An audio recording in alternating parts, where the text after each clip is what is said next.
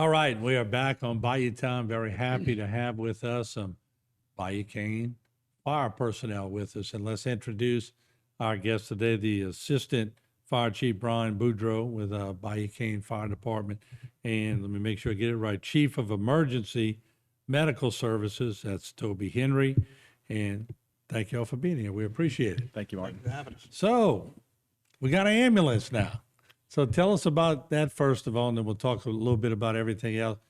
It's ready to go. It's in place, huh? We took delivery. We have it outfitted, and we are looking probably towards end of the year between October and January to get it back out on the road. Okay. So we're excited. We're still going through some of the permitting process and just trying to do those last finishing touches. So getting delivery is just the first, well, past the first step. You got to pay for it and everything else, and there's a picture of it. But once you get it, you don't get it the same day and deploy it, right? No, not at all. Actually, with the supply shortages, most of them take a little longer than usual to get. We were fortunate that these were on the line, met our specifications, and we were able to order them within about a year. We ordered them probably about a year ago, and we just took we just accepted one of them about a month or two ago, and we should be expecting our second one this month, into this month sometime, coming from the factory after it's inspected and put what needs to happen. How does the funding work with that? Because they're not cheap. No, they they're don't not. give them away. We were fortunate with this one. There was the state of appropriations money. We was able to get some money from the state that actually funded both of these units. So none of the funds from Bayou Cane had to come forward to purchase these units. That came from the state. We was able to get them purchased with that. Okay. And Brian, how excited as we're looking at these pictures, it's always adds a touch, but y'all have certain colors that pop. So when people see y'all trucks or your colors, it's just, they instantly know. Yes, sir. That's something that came actually from our late chief, Jerry Gotro, that originally chose the colors and had them on there. And it's definitely our identifier now throughout the community, and just looks, really good moving forward with the ambulances as well.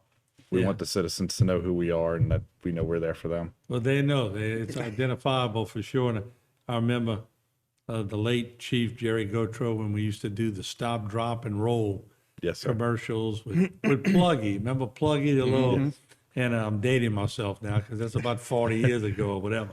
But so how excited are y'all to have this? And it's a constant thought process of how do you make the department better?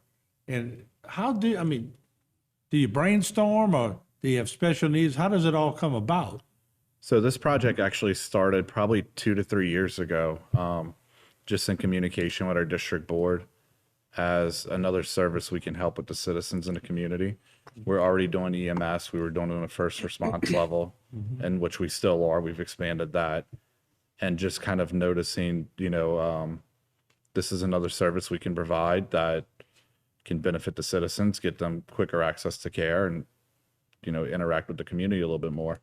So Chief Henry was brought on probably about a year and a half ago to oversee the division and help us grow it and manage it. Yeah, let me ask you, Chief Henry, when we're talking about, a lot of people, when we talk about hurricanes, automatically they think troopers on the road, police department on the road. I've been out there in hurricanes for so long. The fire departments are integral. And it's not only about moving trees and doing different things. This ambulance gives good medical support to a lot of people. Right. So it's nice. Adding this division to Bayou Cane adds another service that we provide, another good service that will provide a personal service to the community. Same kind of community service we provide with fire prevention, with fire suppression, rescue, and hazmat type incidents. But even like natural disasters, this not only helps us provide advanced care, medical care for our citizens, but even at some point when everybody's evacuated, we have advanced care for our people to take care of them till everyone gets back, and to assist with, the gentlemen and ladies that are on this unit will still be certified firefighters and trained and cross-trained. Our guys can go on the ambulance, on the engine. So we're very versatile with what they do in their knowledge and their training. They're not limited to just pigeonholed to just doing one thing. With about a minute and a half left, I'd be remiss if I didn't ask heat stroke. We see in temperatures soaring, 100 degrees heat index, 113. Are y'all seeing a lot of this? I wouldn't say nothing crazily increased, but you do see an increase as of now. Fortunately, we have a lot of public safety awareness out there, so I think people are more aware. But you do see it. People just start working outside, or something happens in their yard where they got to go get something done, and they just forget about the heat and forget about what's going on, forget to hydrate. So you'll start having those heat exhaustions, heat cramping type emergencies. It's important at times like this. Obviously, keep cool. If you can do the work in the afternoon or the morning, if you're going to cut your grass, do it in the afternoon or the morning, try to use the timing and planning your activities. But if not, hydrate yourself with water and, of course, some type of electrolyte drink if possible with that also. Well, I want to thank y'all for coming on. Y'all always do a great job of marketing what you have. We always appreciate it in the media because it lets people know. And I tease y'all about the colors, but you can have the most beautiful colors in the world, but if you don't market it That's correctly. right. Absolutely. But y'all do a great job, and thank you for what you do for the community. There again is the new ambulance, and it looks pretty snazzy, and it's nice and clean, and I'm sure y'all will keep it that way. So thanks again. Good luck with it, and thank y'all for coming on. Thank you for Thank you, having us, Martin. Joe. All right, there you have it. Some more news right here from Bayou Time. We'll take a short break. We'll have a lot more. If you want to see a news story on our channel, give us a call, 985-876-3456, and watch us on Facebook and YouTube.